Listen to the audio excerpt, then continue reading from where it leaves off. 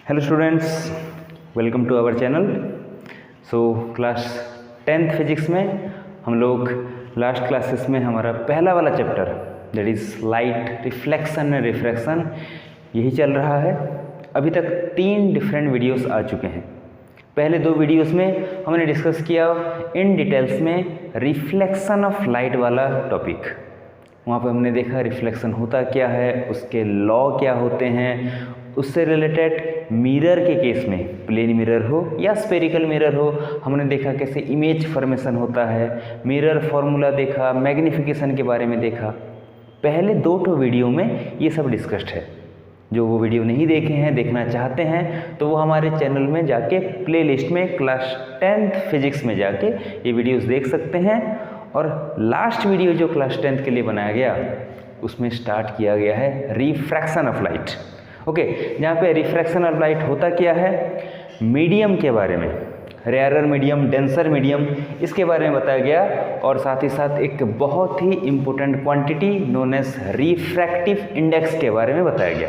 Okay, तो आज हम उसी से कंटिन्यू करेंगे। लास्ट क्लास में हमने देखा रिफ्रैक्टिव इंडेक्स क्या होता है। आज हम पढ़ेंगे relative refractive index. Relative refractive index. Okay, relative refractive index समझेंगे बच्चों इसको। यहाँ पे कुछ कन्फ्यूज़न भी होता है कुछ स्टूडेंट्स में, नहीं होना चाहिए, बहुत सिंपल सी बात है। अगर रिफ्रैक्टिव इंडेक्स और जिसको हम बोलते रहते एब्सोल्यूट रिफ्रैक्टिव इंडेक्स अगर सही से समझे हो तो इसमें कोई कन्फ्यूज़न नहीं होगा। क्या था रिफ्रैक्टिव इंडेक्स या absolute refractive index? The ratio between speed of light in air और vacuum to the speed of light in that given medium. हमें किसी मीडियम का रिफ्रैक्टिव इंडेक्स चाहिए, किसी गिवन मीडियम का रिफ्रैक्टिव इंडेक्स चाहिए, तो हम क्या करेंगे, speed of light in air और वैक्यूम जितना होगा उसके साथ speed of light in that medium, जिस मीडियम का रिफ्रैक्टिव इंडेक्स फाइंड कर रहे हैं उसके साथ डिवाइड कर देंगे, तो हमें रिफ्रैक्टिव इंडेक्स और एब्सोल्यूट रिफ्रैक्टिव इंडेक्स मिलता था। ये वाला फॉर्मूला हम लास्ट वीडियो में हम पढ़े हैं। आज हम देखेंगे रिलेटिव रिफ्रैक्टिव इंडेक्स। देखो, अगर हमारे पास 2 मीडियम है, यहाँ पे एक ही मीडियम था, सब कुछ हमारे पास 2 मीडियम है। ओके, ये एक सरफेस है जो कि 2 मीडियम को सेपरेट कर रहा है। ये सपोज मीडियम 1, ओके, ये हमारा मीडियम 1 और इस तरफ है मीडियम 2। समझेंगे इस बात को, 2 मीडियम है। इसको डिफाइन करने के लिए हमने एक ही मीडियम लिया, उसमें हमने स्पीड को v लिया और डिफाइन कर दिया c/v से। उस मीडियम का रिफ्रैक्टिव इंडेक्स कहा उसको हमने। यहाँ पे रिलेटिव रिफ्रैक्टिव इंडेक्स समझने के लिए हमारे पास है 2 मीडियम, मीडियम 1, मीडियम 2। ओके, यहाँ पे मैं ऐसा कोई मेंशन कर ही नहीं रहा हूँ कि कौन सा डेंसर मीडियम, कौन सा रेयरर मीडियम, लाइट कहाँ से कहाँ जा रहा है, ये सब कुछ भी यहाँ पे मेंशन नहीं कर रहा हूँ मैं। बस यहाँ पे 2 मीडियम है, मीडियम 1, मीडियम 2। ओके, यहाँ से यहाँ भी लाइट आ सकता है, यहाँ से यहाँ भी लाइट जा सकता है, ये डेंसर हो सकता है या ये डेंसर, ये रेयरर या ये रेयरर, कुछ भी हो सकता है। और डेंसर रेयरर होने से किस तरह से लाइट का रिफ्रैक्शन होता है ये भी हम लास्ट वीडियो में डिस्कस किए हैं। वहाँ पे इन डिटेल्स में पूरा बताया गया है, देख लेंगे उसको अगर नहीं देखे हैं तो ये 2 मीडियम है। ओके, 2 अलग अलग मीडियम।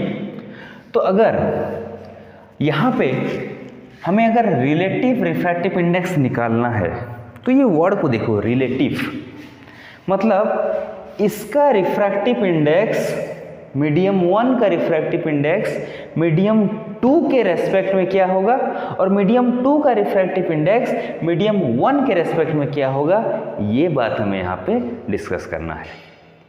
ओनली रिफ्रैक्टिव इंडेक्स अभी मीडियम बोलना वो अलग है। यहाँ पे relative refractive index, relative refractive index of medium 1 अगर कहा गया है तो डेफिनेटली किसी दूसरे मीडियम के रेस्पेक्ट में वो होगा। सपोज यहाँ पे मीडियम 2 के रेस्पेक्ट में।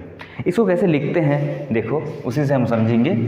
रिलेटिव रिफ्रैक्टिव इंडेक्स, यहाँ पे 2 मीडियम है, इसी के लिए सपोज यहाँ पे जब लाइट ट्रैवल करेगा कहाँ पे, मीडियम 1 पे, तो सपोज उसका स्पीड होगा v1, ठीक है। जब मीडियम 2 में लाइट ट्रैवल करेगा तो सपोज उसका स्पीड होगा v2, ये हमें मालूम है पहले, ठीक है। तो relative refractive index of medium 2, okay, with respect to medium 1, ऐसे पढ़ेंगे। Relative refractive index of medium 2 with respect to medium 1। अगर ऐसा निकालना है, इसका refractive index with respect to this medium 1, okay, तो हम उसको ऐसे लिखेंगे n2 1, ऐसे लिखा जाता है सीधे n2 1। यहाँ पे ओनली n लिखते थे, एक मीडियम के रिफ्रैक्टिव इंडेक्स के लिए ओनली n, बट यहाँ पे रिलेटिव रिफ्रैक्टिव इंडेक्स है n21 का मतलब कैसे पढ़ेंगे उसको, रिलेटिव रिफ्रैक्टिव इंडेक्स ऑफ और refractive index of medium 2 with respect to medium 1, ऐसे इसको हम पढ़ेंगे। किसी एक मीडियम का refractive index with respect to any other medium, तो इसका फॉर्मूला बन जाता है v1/v2, ऐसे फाइंड किया जाता है रिलेटिव रिफ्रैक्टिव इंडेक्स।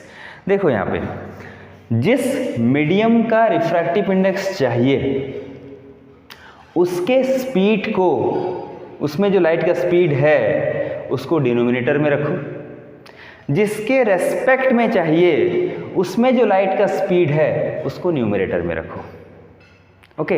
अगर यहाँ पे ऐसे कहा जाए relative refractive index of, see this, relative refractive index of medium 1 with respect to medium 2, ऐसे कहा जाए, relative refractive index of medium 1 with respect to medium 2, तो इसको हम क्या लिखेंगे, इसको हम n12 लिखेंगे। समझो इस बात को, कैसे पढ़ेंगे देखो, relative refractive index of medium 1 with respect to medium 2, ये था relative refractive index of medium 2 with respect to medium 1। तो हम क्या कर रहे हैं, जिसके रेस्पेक्ट में निकालना है उसमें स्पीड को ऊपर लिखो, न्यूमरेटर में डिवाइड करो, डिनोमिनेटर में लिखो, जिस मीडियम का रिफ्रैक्टिव इंडेक्स निकाल रहे हो उसमें लाइट का स्पीड क्या है, उस स्पीड को डिनोमिनेटर में लिखो। तो ये क्या बन जाएगा, देखो तो ये बन जाएगा v2/v1, ऑब्वियस सी बात है कि नहीं। किसका रिफ्रैक्टिव इंडेक्स चाहिए, 1 में, तो उसमें स्पीड क्या है, v1, डिनोमिनेटर में रखो। किसके रेस्पेक्ट में, 2 के रेस्पेक्ट में, उसमें लाइट का स्पीड क्या है, v2, न्यूमरेटर में रखो। ठीक है, इस तरह से डिफाइन होता है रिलेटिव रिफ्रैक्टिव इंडेक्स, ओके। तो इसी बात को और थोड़ा सा यहाँ पे कुछ दूसरे वे में इसको हम लिख सकते हैं। सोचो यहाँ पे, इसमें लाइट का स्पीड है v1 दिया, मीडियम 1 का एब्सोल्यूट रिफ्रैक्टिव इंडेक्स कितना होगा, और सिंपली रिफ्रैक्टिव इंडेक्स, सपोज उसको हमने नाम दिया n1, कितना होगा बोलो तो, यूज दिस फॉर्मूला। इसमें अगर स्पीड v1 है तो इसमें रिफ्रैक्टिव इंडेक्स हो जाएगा इसका c/v1, होगा कि नहीं, ऑब्वियस सी बात है। इसमें स्पीड v2 है लाइट का, तो मीडियम 2 का अगर हम एब्सोल्यूट रिफ्रैक्टिव इंडेक्स और सिंपली रिफ्रैक्टिव इंडेक्स फाइंड करने, then we have to write n2 equal to c/v2।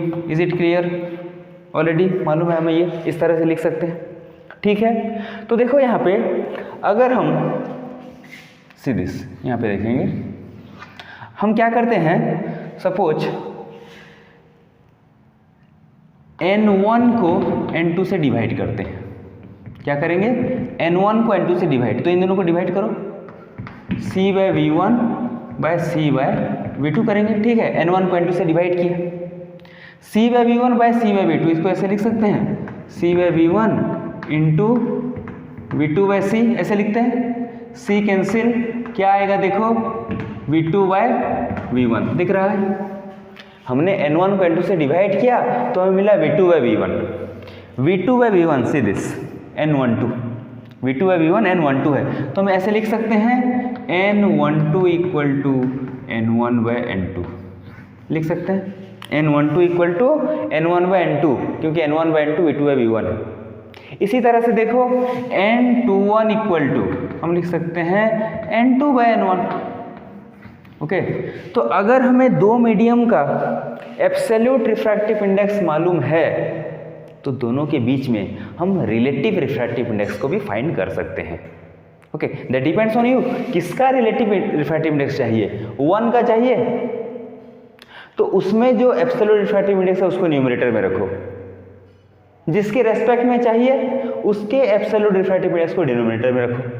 पर स्पीड, जब स्पीड के टर्म में निकालना है तो अलग है। जिसका चाहिए उसके मतलब स्पीड को डिनोमिनेटर में रखो, जिसके रेस्पेक्ट में चाहिए उसमें लाइट के स्पीड को न्यूमरेटर में रखो। ठीक है, तो ये जो फॉर्मूले हैं, ये दोनों फॉर्मूले ये यूजफुल होते हैं दो मीडियम के बीच में रिफ्रैक्टिव इंडेक्स को कंपेयर ही तो कर रहे हैं। रिलेटिव रिफ्रैक्टिव इंडेक्स का क्या मीनिंग है? दो मीडियम के बीच में इसका रिफ्रैक्टिव इंडेक्स इसके रेस्पेक्ट में क्या, इसका रिफ्रैक्टिव इंडेक्स इसके रेस्पेक्ट में क्या, वही फाइंड कर रहे हैं। तो या तो स्पीड डिवाइड करके करो, या अगर हमें एब्सोल्यूट रिफ्रैक्टिव इंडेक्स मालूम है तो उसको डिवाइड करके करो, सिंपल सी बात है। ओके, तो इस तरह से हमें पढ़ना है रिलेटिव रिफ्रैक्टिव इंडेक्स। दो मीडियम दिया है हमें, दोनों के बीच में बस कंपेयर करके जानना है। ठीक है, चलो एक आध एग्जाम्पल लेके ये सभी टॉपिक जो है ना, refractive index, relative refractive index, इन सभी के बारे में एक आध एग्जाम्पल लेके हम इसको और डिटेल्स में डिस्कस करने के लिए ट्राई करते हैं।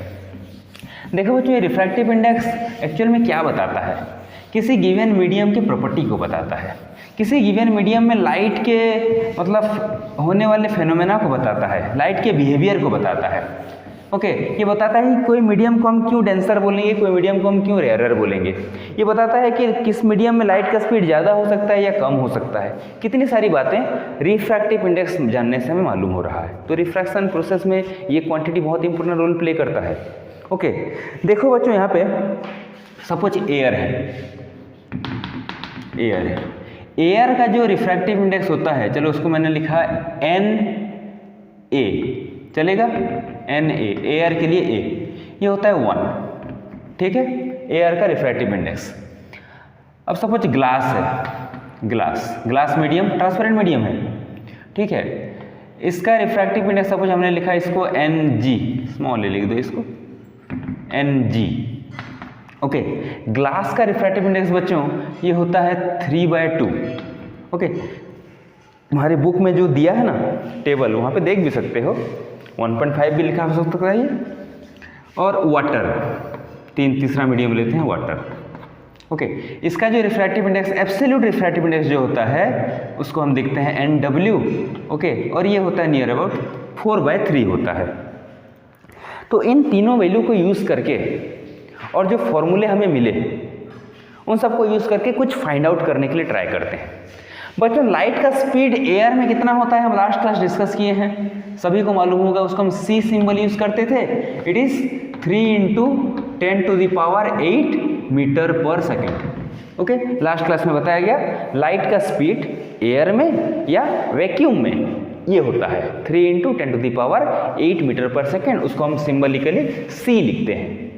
ओके, तो क्या हम ग्लास में लाइट का स्पीड और वाटर में लाइट का स्पीड फाइंड कर सकते हैं? यहाँ पे सोचो, क्या इतने डाटा से हम ग्लास में लाइट का स्पीड और वाटर में लाइट का स्पीड फाइंड कर सकते हैं? ऑब्वियसली कर सकते हैं, हमारे पास फॉर्मूला है। हमारे पास फॉर्मूला है N = C/V।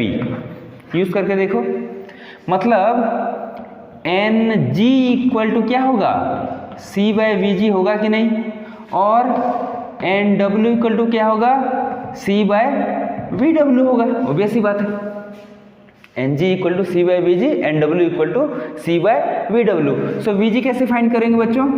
ग्लास में स्पीड C/NG करना होगा। C/NG मतलब C होता है 3 × 10⁸ डिवाइडेड बाय NG, कितना है NG? 3/2 है, 3/2। ओके, तो देखो कितना हो गया, ये 2 ऊपर जाएगा, 3 कैंसिल होगा, सो 2 × 10⁸ मीटर पर सेकेंड। ठीक है ना, ये 2 ऊपर गया, मल्टीप्लाई होगा तो 2/3 लिखेंगे ना, 3 कैंसिल, तो 2 × 10⁸ मीटर पर सेकेंड। तो ये होता है स्पीड किसमें? ग्लास में, लाइट का स्पीड ग्लास में।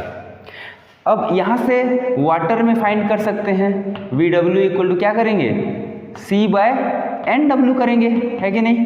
तो C होता है 3 × 10⁸ और NW कितना दिया है, 4/3। ओके, तो इसको अगर हम कैलकुलेट करते हैं तो 3 ऊपर गया, सो 9/4 × 10⁸। ओके, इसको भी कैलकुलेट कर सकते हैं, 9/4 दिया है तो ये नियर अबाउट 2 कितना होगा, 2.2 समथिंग होगा। Okay, 2.25 I think, 2.25 into 10⁸ metre per second, होगा कि नहीं। तो हमें कोई भी कुछ भी दिया है, यहाँ पे जैसे रिफ्रैक्टिव इंडेक्स दिया है तो उस मीडियम में लाइट का स्पीड फाइंड कर सकते हैं इस तरह से फॉर्मूला यूज करके। ओके, अच्छा, इतने डाटा से चलो हमें सब कुछ फाइंड करने के लिए बोला, यहाँ पे लिख रहा हूं मैं, हमें सब कुछ फाइंड करने के लिए बोला NGW और फिर बोला NWG। इसको क्या पढ़ेंगे बच्चों? Relative refractive index of glass with respect to water, relative refractive index of water with respect to glass, है कि नहीं। NGW, अभी अभी फॉर्मूला आया, क्या लिखे? N12 इक्वल टू N1/N2, तो इसको हम क्या लिखेंगे? NG/NW लिख सकते हो या तो VW/VG, है कि नहीं, ऐसे लिखेंगे। रिफ्रैक्टिव इंडेक्स जिस मीडियम का निकालना है उसके रिफ्रैक्टिव इंडेक्स को न्यूमरेटर में रखो, जिसके रेस्पेक्ट में उसको डिनोमिनेटर में। जिसका रिफ्रैक्टिव इंडेक्स निकालना है उसमें लाइट का जो स्पीड है उसको डिनोमिनेटर में रखो, जिसके रेस्पेक्ट में उसको न्यूमरेटर में। ओके, इसके लिए क्या कर सकते हैं? या तो NW/NG करो या तो VW/VG करो, है कि नहीं। फाइंड कर सकते हैं, हमारे पास सभी वैल्यू दिया है ऑलरेडी।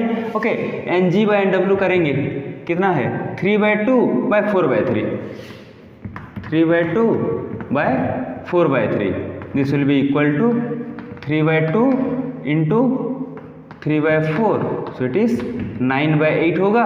और यहाँ पे अगर हम करें NW/NG, so 4/3/3/2, so this will be 4/3 into 2/3, so it is 8/9।